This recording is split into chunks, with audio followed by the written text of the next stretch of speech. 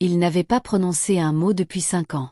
Pas à son conseil d'administration, pas à son personnel, pas même à lui-même. Après avoir perdu la femme qu'il était censé épouser, le milliardaire et PDG de technologie Alexander Den avait fermé le monde dehors et enfermé sa voix avec lui. Mais quand la fille curieuse de 4 ans d'une femme de ménage s'est égarée dans son étude silencieuse un après-midi pluvieux, tout a changé. Bonjour la famille. Bienvenue sur Conte Incroyable s'il vous plaît, abonnez-vous et laissez un like pour nous. Cela signifie le monde pour nous. Partagez également cette vidéo à vos amis et à vos proches, et activez les notifications pour ne pas manquer les futures vidéos de nous. Merci de le faire. Installez-vous confortablement et détendez-vous pendant que nous plongeons dans l'histoire. La pluie éclaboussait les fenêtres imposantes du domaine Den, coulant le long des vitres comme des larmes tombant du ciel. Le manoir se dressait au bord de la ville comme un monument à l'isolement, grandiose, froid et impénétrable. De haut et gardait son périmètre, et les portes ornées portaient la marque incontestable d'une ancienne richesse et d'une distance délibérée. À l'intérieur, le silence régnait, non pas le silence confortable de la paix, mais un silence lourd et étouffant qui semblait peser sur chaque objet, chaque mur, chaque personne à l'intérieur. Même le personnel se déplaçait comme s'il était étouffé.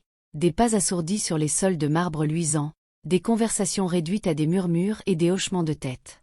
Il n'y avait pas de mots inutiles dans cette maison, pas depuis qu'il avait arrêté de parler. Alexander Den était assis derrière un vaste bureau ennoyé au cœur de la maison, dans son étude, son centre de commandement et sa prison auto-imposée.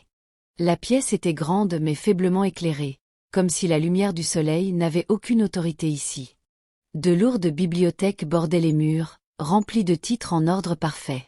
Il n'y avait pas de poussière, pas de désordre. Tout était intentionnel, tranchant et froid. Le seul bruit était le doux tapotement des doigts sur un clavier. Il tapait rapidement, efficacement, examinant des rapports d'entreprise, signant des documents, répondant à des messages. Il n'avait pas besoin de parler pour diriger Den Technologies. Son conseil recevait des directives par email ou notes manuscrites. Ses assistants savaient qu'il valait mieux ne pas poser de questions. Les investisseurs respectaient les résultats. Les médias spéculaient mais n'intervenaient jamais. Un homme grand dans la fin de la trentaine, Alexander était frappant d'apparence. Une mâchoire ciselée qui n'avait pas souri depuis des années et des yeux indéchiffrables et distants. Il portait le silence comme une armure. Personne n'avait entendu sa voix depuis 5 ans. Pas depuis l'accident. L'incendie avait emporté la vie de Claire Hollis, sa fiancée, son seul lien avec le monde en dehors des salles de réunion et des bilans comptables. Ils étaient censés se marier au printemps. Au lieu de cela, il l'avait enterrée en hiver. Il avait survécu à l'accident avec des côtes fissurées, des os brisés et un cœur vide. Ce qui avait commencé comme un silence frappé de chagrin était devenu habituel, puis préféré, puis permanent. Au début, ses thérapeutes visitaient le domaine chaque semaine, puis chaque mois. Finalement, plus du tout. Il refusait de parler. Et quand les mots étaient devenus trop difficiles à forcer, il les avait simplement laissés mourir. Maintenant, Alexander existait. Il ne vivait pas. Son personnel, hautement payé et strictement géré, accomplissait ses tâches avec une précision silencieuse. Les repas étaient préparés et laissés à la porte. Le linge était ramassé et rendu. Les chambres étaient nettoyées quand elles étaient inoccupées. Il n'y avait pas de bavardage, pas de salutations, pas d'intrusion. Sa maison était devenue un mausolée, luxueux, efficace et sans vie. Certains disaient qu'il était devenu fou. D'autres murmuraient qu'il était brisé au-delà de toute réparation, mais personne ne le disait en face. Personne n'osait. Un doux coup à la porte interrompit le silence. Il ne répondit pas. Il ne le faisait jamais. La porte s'ouvrit lentement, et Margaret, la gouvernante, entra. Elle était dans la cinquantaine, grisonnante aux tempes, et travaillait dans la maison depuis avant que le silence ne commence. Son respect pour Alexander était absolu, mais son inquiétude aussi. Elle tenait un plateau de thé et une pile de dossiers. Sans parler, elle s'approcha du bureau, posa les objets proprement devant lui et fit une légère révérence. Alexander hocha à peine la tête, et elle se tourna pour partir. À la porte, elle s'arrêta. « Monsieur », dit-elle doucement, le premier mot prononcé dans la pièce ce jour-là. La nouvelle femme de ménage a un enfant. Il y a eu une urgence à la garderie de sa fille. Elle a demandé la permission de l'amener aujourd'hui, juste pour quelques heures. Elle gardera l'enfant hors de vue. Alexander leva les yeux de son écran, son visage indéchiffrable. Il tapa quelques mots sur sa tablette et la tourna vers elle. Si la fille est silencieuse, je n'ai pas d'objection. Margaret hocha la tête, reconnaissante, et disparut. Il reprit son travail, ses doigts tapotant à nouveau dans un rythme isolé. L'horloge tic-tac. Dehors, la tempête s'intensifia. Le tonnerre roulait au loin. Et au plus profond de la maison, où le vent ne pouvait pas atteindre, et où le monde avait été fermé depuis longtemps, quelque chose d'inattendu se préparait. Un petit pas, un regard curieux. Un enfant non chargé de règles ou de peur était sur le point d'entrer dans la seule pièce que personne d'autre n'osait approcher. Et le silence qui avait régné pendant 5 longues années était sur le point d'être défié. Nicole Rivera se tenait à l'entrée de service du domaine d'Aisne, serrant la petite main de sa fille tandis que la brume matinale collait à leurs vêtements.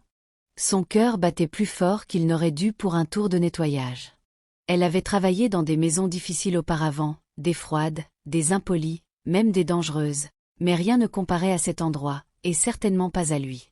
Les instructions avaient été claires quand elle avait été embauchée 3 semaines plus tôt. Ne parlez pas à Monsieur d'Aisne sauf si on vous parle. Ne traînez pas. Faites votre travail. Restez en dehors de l'aile ouest. N'entrez jamais dans l'étude. Personne n'avait besoin d'expliquer pourquoi. L'homme n'avait pas parlé depuis 5 ans. Mais ce n'était pas ce qui effrayait Nicole. Ce qui l'effrayait, c'était la façon dont chaque personne dans ce manoir semblait se rétrécir quand son nom était mentionné, comme si le prononcer à voix haute pouvait le convoquer. Les autres femmes de ménage se déplaçaient comme des ombres, toujours en regardant les horloges, toujours en vérifiant leurs pas. Le cuisinier gardait sa voix pas plus forte qu'un murmure.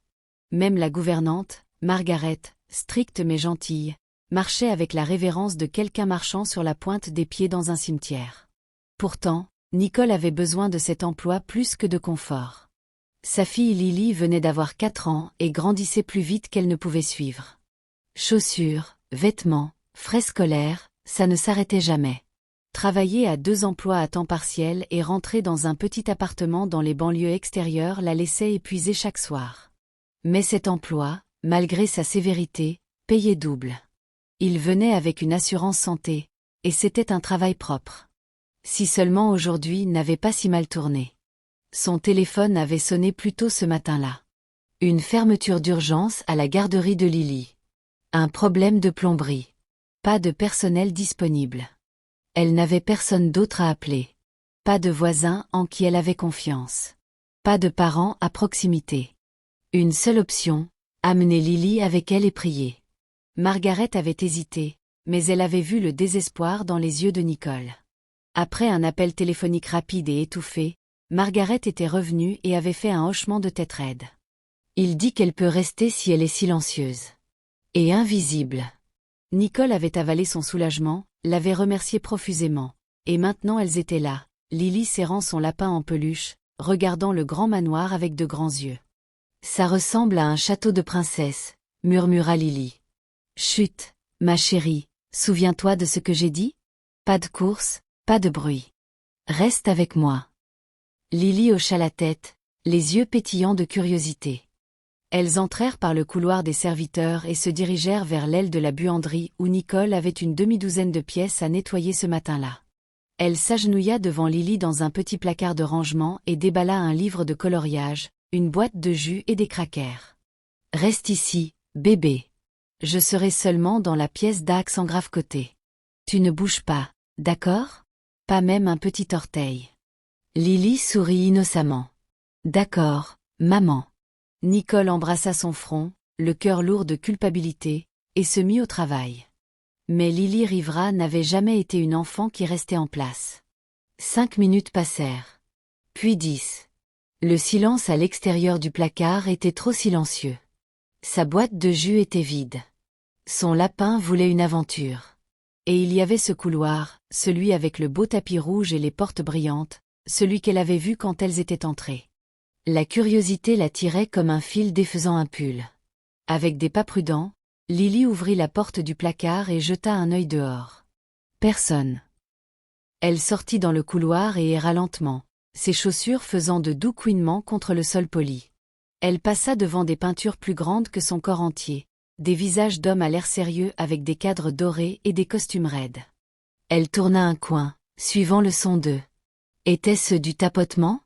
Et puis elle le vit. Une énorme porte légèrement entr'ouverte. Une faible lueur s'en échappait. Son lapin tressaillit dans sa main. Elle poussa la porte. Il était là. L'homme dont tout le monde murmurait. L'homme qui ne parlait jamais. L'homme dans la maison duquel on lui avait dit de marcher sur la pointe des pieds comme un fantôme. Il était assis derrière un énorme bureau, ses doigts dansant sur un écran de verre, ses yeux aiguisés et concentrés. Il portait un froncement si lourd qu'il semblait sculpté dans la pierre. Lily, complètement indifférente, entra directement. Alexander Den leva les yeux. Au début, son visage était indéchiffrable. Puis ses sourcils se froncèrent, ses doigts s'arrêtèrent en plein milieu. Lily sourit. « Salut, dit-elle, agitant ses petits doigts. Tu es le patron ici. » Sa tête s'inclina légèrement. « Tu le es, n'est-ce pas? Ma maman a dit qu'un patron vit ici. Elle travaille ici maintenant aussi. Son nom est Nicole.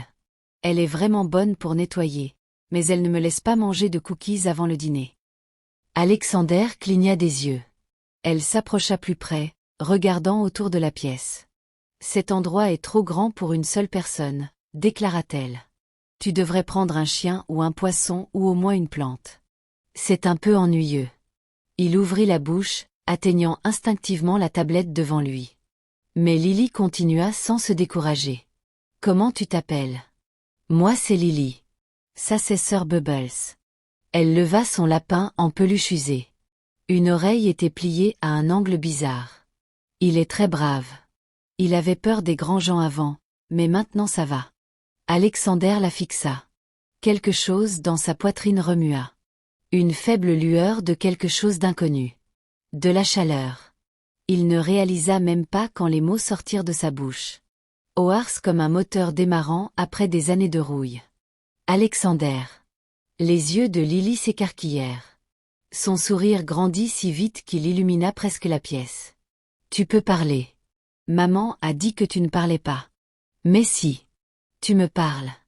Ses lèvres s'entr'ouvrirent de surprise. Sa voix. Il avait entendu sa propre voix. Elle sonnait étrange. Rauque. Réelle. Lily s'assit par terre et croisa les jambes. Bien. Maintenant tu peux répondre à toutes mes questions. Il expira. Était-ce un rire? Le silence dans l'étude, le silence de 5 longues années, était brisé. Mais aucun d'eux ne remarqua le son de pas précipités résonnant dans le couloir dehors. Alexander Den avait oublié à quoi ressemblait sa voix. Il n'était même pas sûr de ce qui l'avait poussé à parler. La fille, cette petite créature impossiblement petite et intrépide, avait chargé dans son espace comme si elle avait été invitée, comme si elle appartenait là. Et d'une manière ou d'une autre, sa présence avait fissuré le mur qu'il avait passé 5 ans à construire, pierre par pierre délibérée. Il la regardait maintenant, assise en tailleur sur son tapis persan inestimable, lapin en main, bavardant comme si c'était un banc de parc, et non l'étude privée d'un homme dont le nom faisait rétrécir les professionnels adultes en silence. « Tu devrais avoir plus de couleurs, » dit Lily, feuilletant une pile de ses maquettes architecturales et les glissant vers lui avec des doigts collants. « Tout ton truc est blanc ou gris ou noir. C'est pas amusant. Regarde. » Elle prit un crayon sur son bureau et gribouilla un soleil bancal dans le coin du plan. Voilà, maintenant c'est un bâtiment heureux.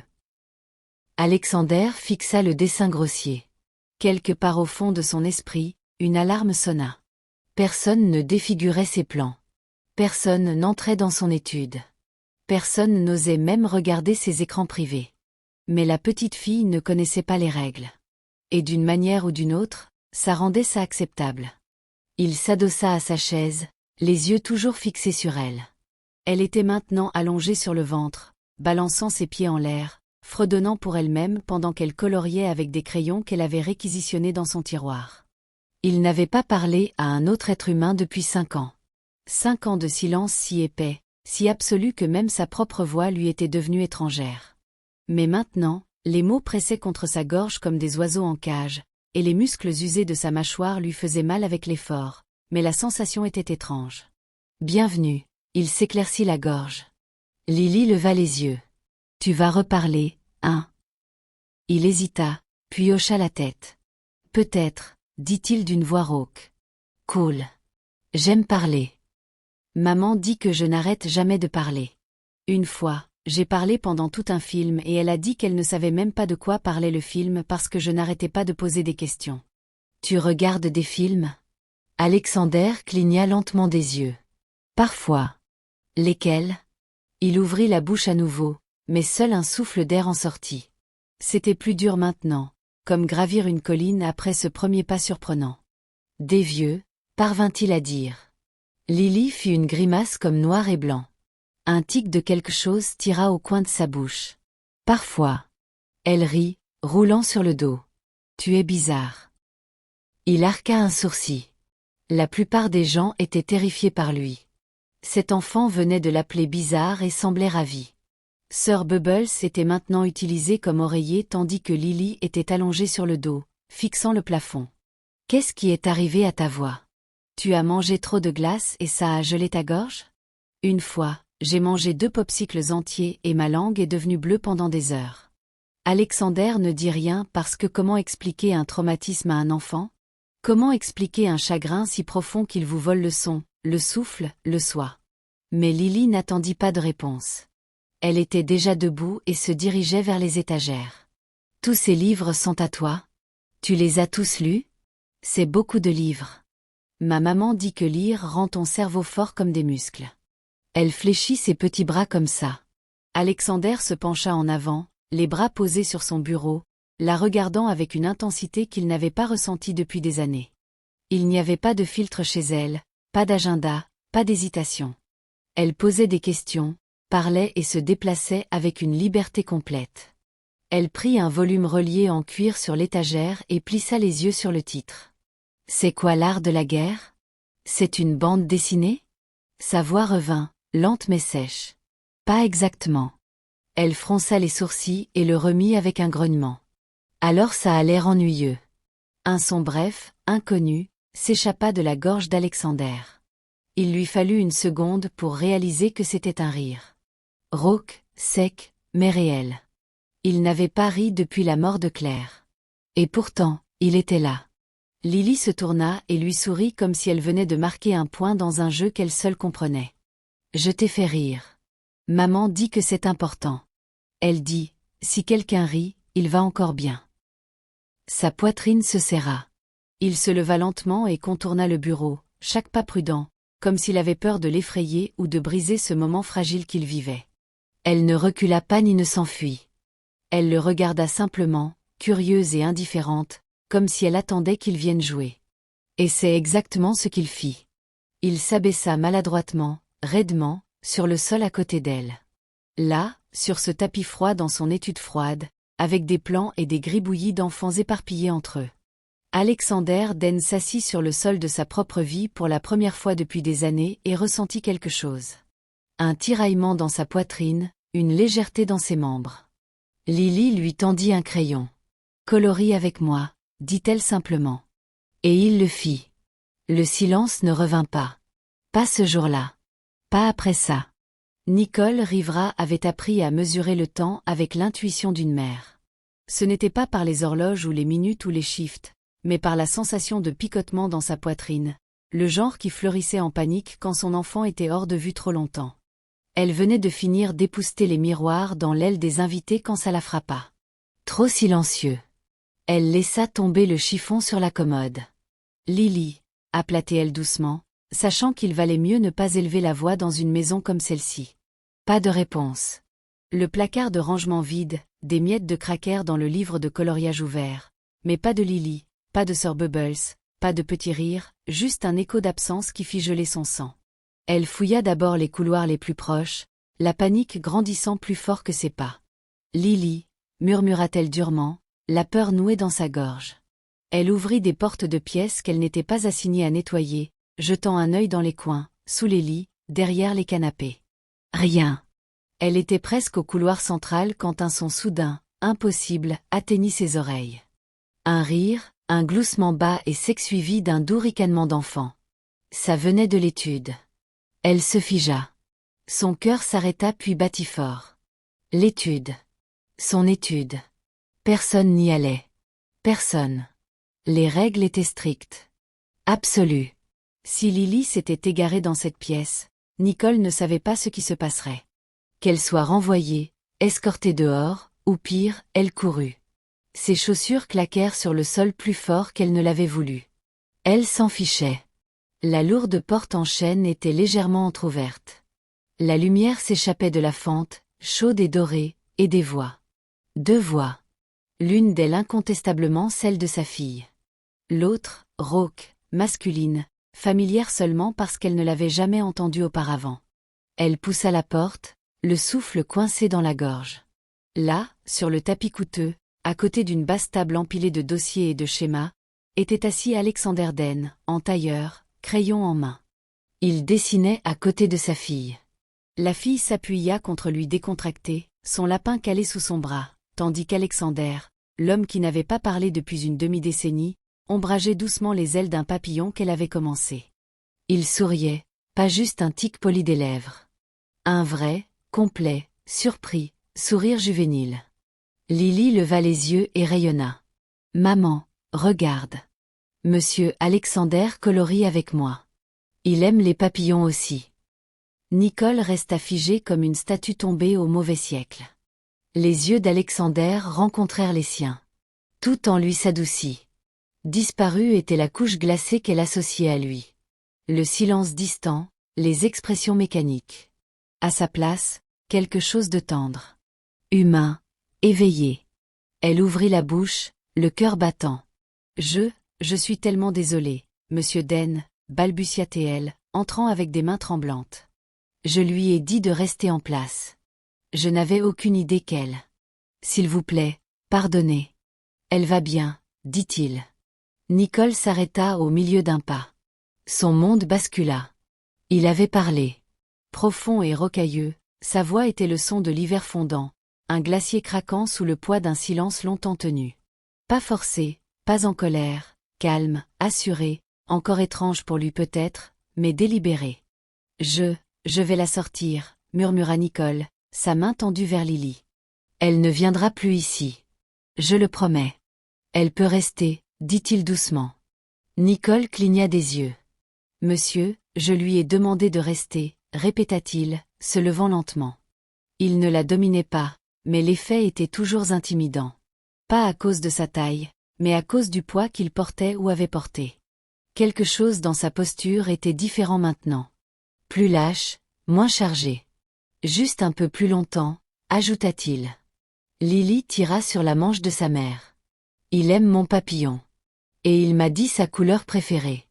C'est le vert. Nicole regarda Alexander. Il hocha à peine la tête, confirmant l'histoire. La pièce tournoya. Elle recula, incertaine de quoi dire, incertaine si c'était un rêve ou un tour du chagrin et de l'épuisement. Mais Lily souriait, et monsieur Dane était différent. Il se tourna vers Lily, s'accroupit à côté d'elle et prit un autre crayon de couleur. Nicole s'attarda au seuil, incertaine si elle devait rester ou partir. Il jeta un œil par-dessus son épaule, sa voix plus douce. « Maintenant, vous pouvez nous rejoindre si vous voulez. » Elle le fixa. Le rejoindre dans son étude. C'était un homme qui n'avait regardé personne dans les yeux depuis avant qu'elle ne soit embauchée, qui avait existé dans le silence et la solitude comme un monument vivant à la perte. Maintenant, il l'invitait à s'asseoir. Elle avança lentement, s'abaissant au bord du tapis. Lily attrapa immédiatement sa main et la tira plus près. « On fait toute une famille de papillons, » dit Lily fièrement. « Celui-là c'est la maman, celui-là le papa, et celui-là le bébé. » Nicole regarda le papier. Des ailes imparfaites, des antennes tordues, un chaos brillant et joyeux. Et au milieu, les lignes précises et délibérées de monsieur Alexander Dane, structurées, ordonnées, mais touchées par la couleur. Il ne parla plus cet après-midi-là. Elle non plus. Il n'en avait pas besoin. Quelque chose s'était ouvert. Une porte fermée depuis si longtemps qu'elle avait rouillé aux charnières. Un cœur qui était devenu silencieux de chagrin. Une voix qui avait oublié comment être utilisée. Tout ça parce qu'un enfant s'était égaré dans l'endroit où elle n'était pas censée être et l'avait traitée comme chez elle. Ça a commencé avec des crayons et des papillons. Puis des jours plus tard, Lily revint dans l'étude, pas par accident cette fois, mais parce qu'il l'avait demandé. Margaret avait transmis le message de son ton réservé habituel. Mais Nicole vit quelque chose scintiller sur le visage de la femme quand elle le dit. Quelque chose qui ressemblait à de l'incrédulité. Ou de l'émerveillement, ou les deux. Den voudrait voir Lily à nouveau cet après-midi, avait-elle dit. Il l'a mentionné lui-même. Nicole avait hoché la tête, masquant la surprise qui la brûlait. Non seulement il parlait, mais il demandait. Donc, après avoir fini la rotation du matin, elle mena Lily à l'étude. Cette fois, elle frappa doucement. La porte s'ouvrit immédiatement. Alexander se tenait là. Il portait un doux pull gris sur une chemise impeccable, les manches retroussées jusqu'au coude. Son visage était aussi indéchiffrable que jamais, mais sa voix, quand elle vint, était plus douce qu'elle ne s'y attendait. « Elle est là », dit-il presque pour lui-même. Il s'écarta pour les laisser entrer. Nicole hésita, mais Lily non. Elle marcha devant lui comme si l'endroit lui appartenait et s'assit devant la basse table à café où sa famille de papillons inachevés l'attendait encore. Nicole fit un mouvement pour partir, mais sa voix l'arrêta. « Vous pouvez rester », dit-il sans la regarder. « Je ne veux pas m'imposer », répondit-elle. Il leva les yeux. Ses yeux rencontrèrent les siens, calmes, directs, étonnamment humains. « Vous ne le faites pas. » Donc, elle resta. Et c'est comme ça que ça commença. Ça devint un rythme silencieux au fil des jours suivants. Les jours d'Alexander étaient toujours remplis de travail. Des appels vidéo qu'il menait en silence, des réponses tapées, des décisions d'affaires prises avec une précision chirurgicale. Mais en fin d'après-midi, la maison changeait. Il changeait. Lily arrivait avec son livre de coloriage, un animal en peluche différent chaque jour, et un flux infini de questions. Elle lui demandait tout. Ce qu'il aimait manger, s'il connaissait des tours de magie, s'il avait déjà grimpé à un arbre. Il ne répondait pas toujours tout de suite. Parfois, il la regardait juste, les sourcils froncés comme s'il essayait de comprendre comment quelqu'un d'aussi petit pouvait ne pas avoir peur de lui. Mais il répondait toujours éventuellement, et lentement, les silences entre eux se remplissaient de mots. Nicole commença à remarquer les petits changements en premier. La façon dont il s'attardait quand Lily riait, la façon dont il inclinait la tête quand elle racontait des histoires, le faible sourire qui courbait parfois ses lèvres quand Nicole se joignait, toujours prudemment au début, puis plus librement. Elle apprit qu'il aimait le café noir, qu'il jouait du piano classique. En secret, et qu'il avait autrefois prévu d'ouvrir un hôpital pour enfants avec sa fiancée décédée. Elle apprit aussi qu'il faisait des cauchemars. Un après-midi, alors que Lily faisait la sieste sur le canapé dans son étude, serrant son raton laveur en peluche comme une bouée de sauvetage, Nicole le surprit en train de regarder l'enfant avec une expression hantée. Ses mains étaient serrées, ses épaules tendues. Elle parla avant de penser. « On dirait que vous voulez la protéger de tout. » Il leva les yeux, sa mâchoire se contracta. « Je n'ai pas pu protéger Claire, » dit-il enfin. C'était la première fois qu'il prononçait son nom à voix haute. Le son portait le poids d'une vie entière. Nicole s'assit à côté de lui, incertaine si elle avait le droit, mais sentant d'une manière ou d'une autre qu'elle l'avait. « Vous n'avez pas à protéger Lily de la vie. » dit-elle doucement. « Elle n'est pas ici pour être sauvée. Elle est ici pour vous rappeler que c'est ok de encore ressentir quelque chose. » Il la fixa comme si elle avait parlé une langue étrangère. Il comprenait presque. « Vous croyez ça ?» demanda-t-il. Elle hocha la tête. « Je dois. » Et voilà encore, cet adoucissement dans son expression. La fissure dans la glace.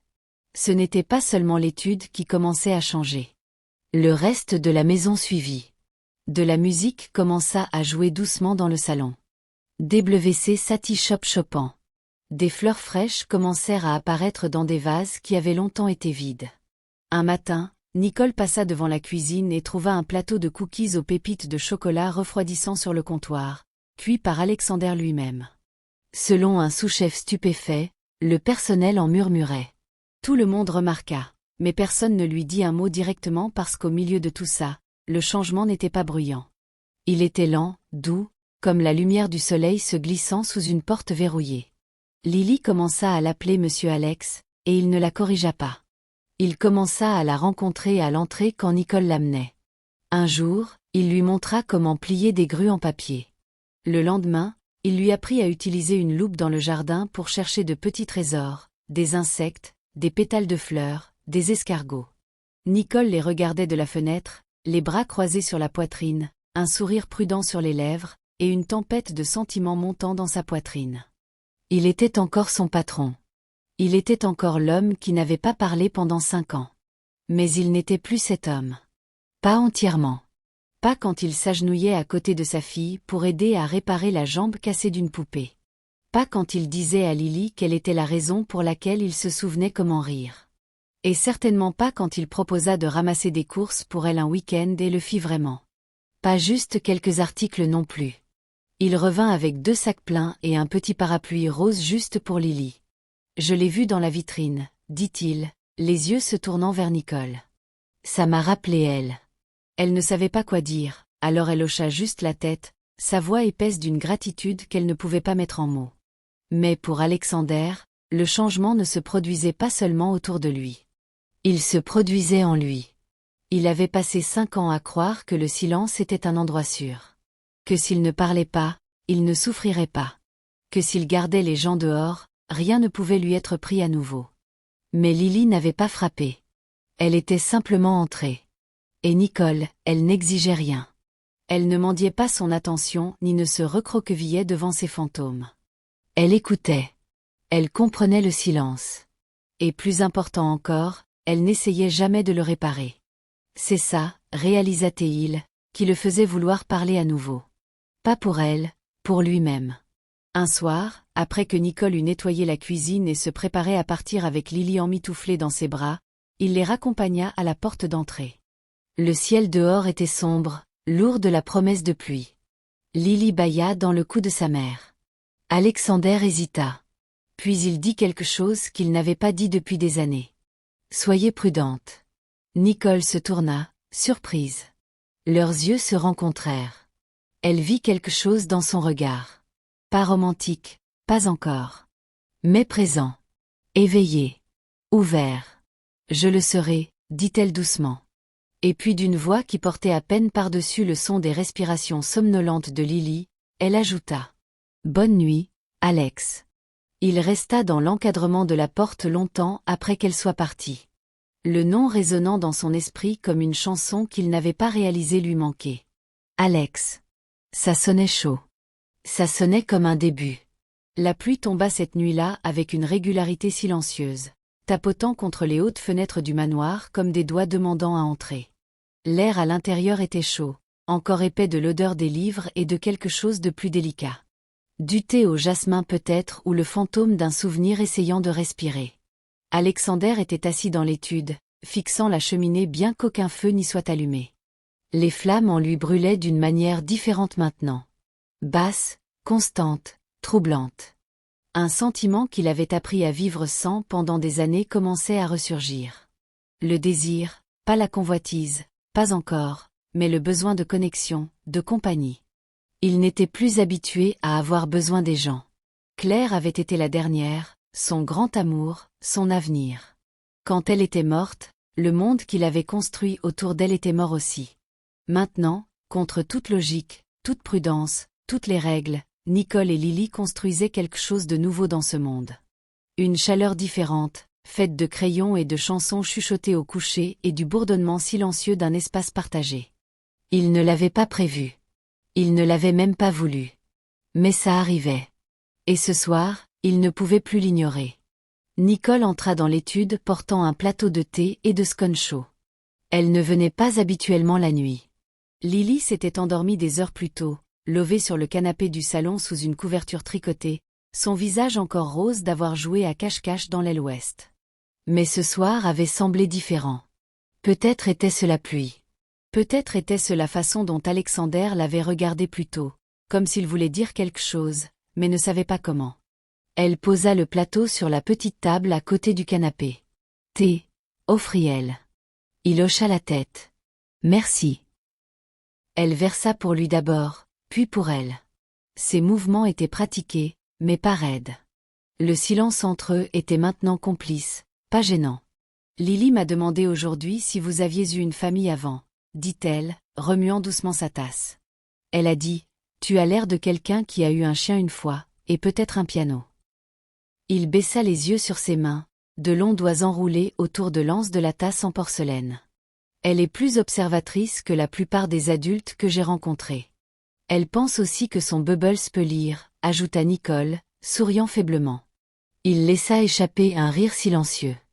Le moment plana là, léger et proche. Puis elle devint silencieuse. Vous voulez me parler d'elle? Il leva les yeux. Sa bouche s'entr'ouvrit légèrement. D'elle. Claire? C'était la première fois que quelqu'un lui posait cette question.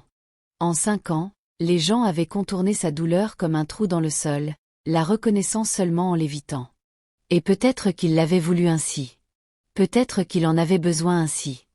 Jusqu'à maintenant. Il posa la tasse, les mains reposant sur ses genoux. Elle était tout, commença-t-il. Sa voix était lente, rocailleuse, non pas de maladie, mais de mémoire, brillante, sans excuse. Elle aimait les vieilles choses. Les antiquités, les disques de jazz, les films en noir et blanc. Pensait que le monde était devenu trop bruyant. Nicole ne dit rien, hocha juste la tête, le laissant dérouler le fil. Elle était photojournaliste, voyageait partout, disait que la vie était trop courte pour vivre en un seul endroit. Nous nous sommes rencontrés à un gala, un événement tech prétentieux. Je détestais ces choses. Tu les détestes encore, murmura-t-elle. Un sourire effleura ses lèvres. Elle a renversé un verre de vin rouge sur ma chaussure. A passé 10 minutes à essayer de l'essuyer avec une serviette et de l'eau pétillante. Ne s'est pas excusé une fois, a juste dit, eh bien, c'est ce que tu mérites pour porter du suède à l'intérieur. Nicole rit doucement. Je savais que je l'aimais une semaine plus tard, dit-il. Elle rendait le monde plus petit. Pas d'une manière limitante, juste plus simple.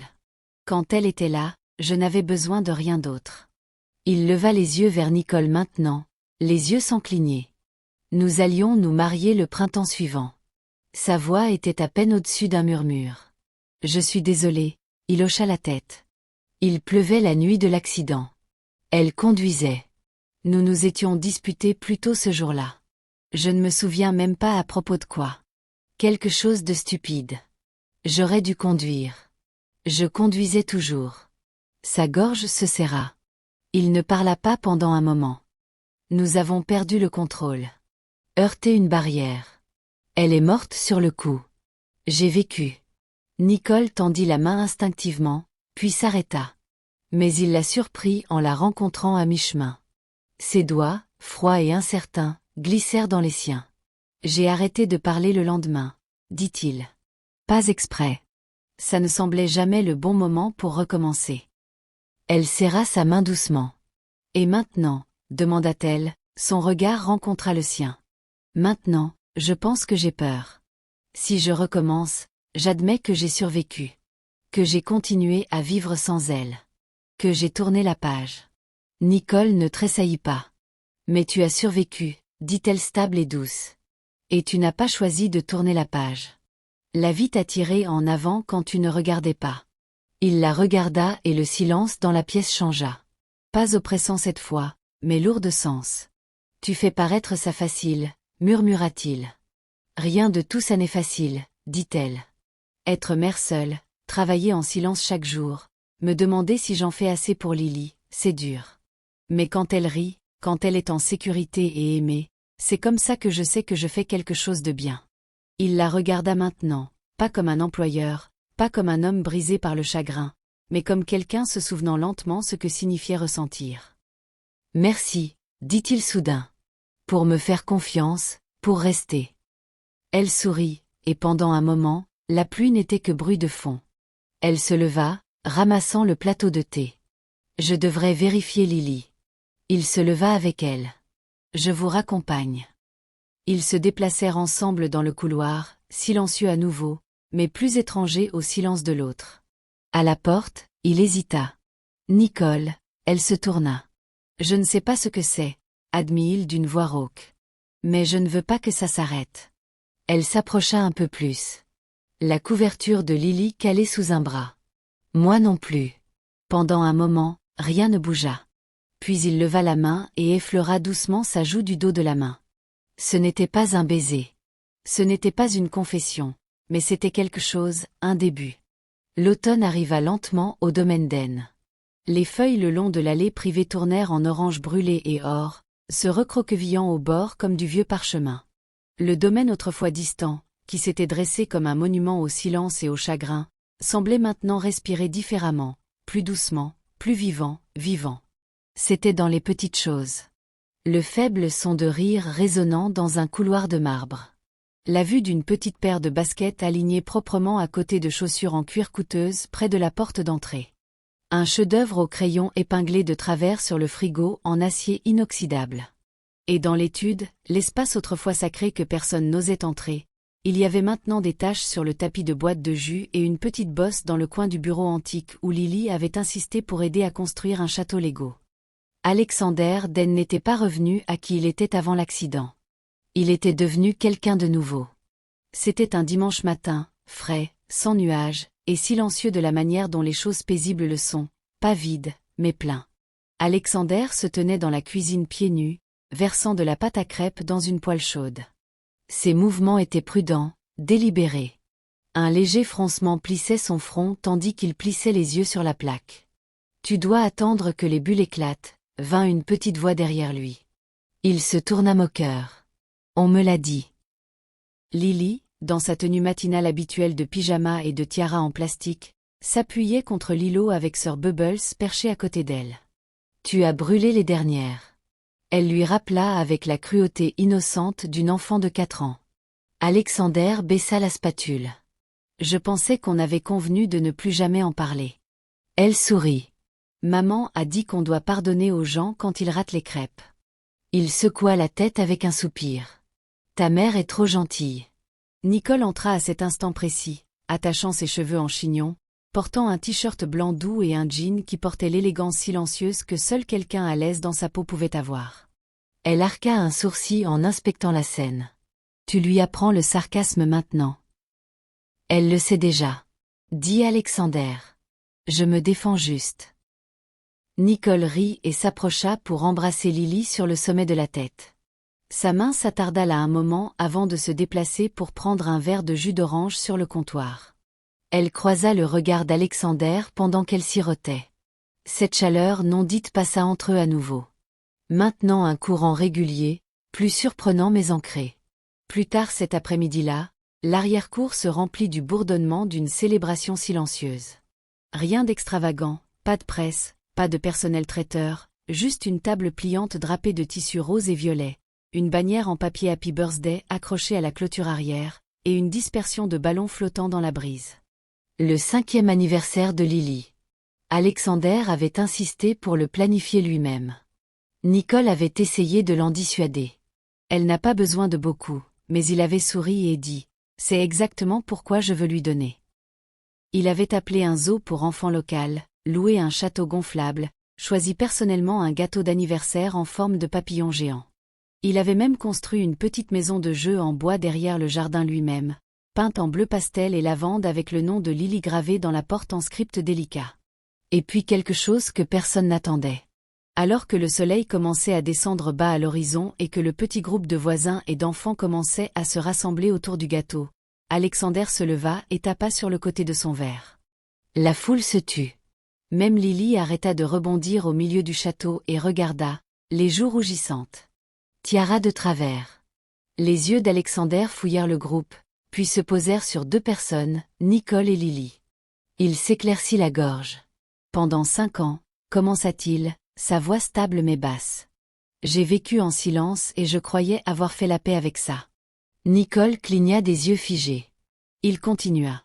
Puis une petite fille s'est égarée dans mon étude avec un lapin en peluche, 1000 questions, et aucune peur de moi du tout. Et tout a changé. Des rires doux ondulèrent dans le groupe. Alexander sourit faiblement. Je suis encore en train d'apprendre à parler à nouveau, pas juste avec des mots, mais avec la présence, avec l'action. Et aujourd'hui, je veux dire quelque chose que je n'ai jamais dit devant quiconque depuis. Il se tourna vers Lily qui se tenait à côté de sa mère maintenant, les yeux grands ouverts. Tu as ramené ma voix, dit-il à elle. Et ta mère a ramené mon cœur. La main de Nicole vola à sa bouche. Donc j'aimerais dédier cette journée non seulement à Lily pour son anniversaire, dit Alexander, levant légèrement son verre, mais aux 2 personnes qui m'ont rappelé que la famille n'est pas toujours de sang. Parfois, c'est les gens qui se présentent et ne partent jamais. Il y eut une pause, un doux silence dans l'air, puis des applaudissements. Lily applaudit plus fort que quiconque. Yay, monsieur Alex. C'était un vrai discours. Alexander rit librement maintenant, sans hésitation. Nicole vint à lui après que les bougies aient été soufflées et que le dernier cadeau ait été ouvert. L'air sentait le gâteau, le sucre et l'herbe fraîche. Les enfants chassaient des bulles dans la lumière dorée du crépuscule. Il se tourna quand elle s'approcha. « Je n'ai pas demandé avant de dire tout ça, » murmura-t-il. « Je suis contente que tu ne l'aies pas fait, » murmura-t-elle. Et pour la première fois, sans peur, sans pretense, il l'embrassa. C'était doux. C'était lent. C'était réel. Un début qu'il n'avait plus à questionner. Des mois plus tard, le manoir avait l'air différent maintenant. Il y avait des parterres de fleurs plantés le long de l'allée de gravier. Des carillons éoliens pendaient du porche arrière. Une balançoire avait été attachée à un vieux chêne près du jardin. À l'intérieur, les murs portaient des rires. L'étude gardait encore ses livres et sa gravité, mais aussi des étagères de création de Lily, des couronnes en papier, des peintures à l'aquarelle, et une photo encadrée de tous les 3 souriants. Pas parfait, pas poli, mais heureux. Un matin, Lily entra en bondissant dans la cuisine. « Monsieur Alex » dit-elle essoufflée. « Tu es mon papa maintenant ?» Alexander versait du café. Il se figea. Nicole leva les yeux de son siège au comptoir, son cœur coincé dans la gorge. Il se tourna lentement et s'accroupit devant Lily. « Je ne suis pas ton papa, » dit-il doucement. « Mais je t'aime comme tel. Et si tu veux que je le sois, j'en serais honorée. » Lily sourit, jeta ses bras autour de son cou, et murmura. « Bien, parce que tu agis déjà comme tel. » Et juste comme ça, la famille que aucun d'eux n'avait vu venir devint réelle. Nous sommes arrivés à la fin de l'histoire. J'espère que vous l'avez appréciée. Laissez un like et abonnez-vous à ma chaîne YouTube pour plus d'histoires intéressantes.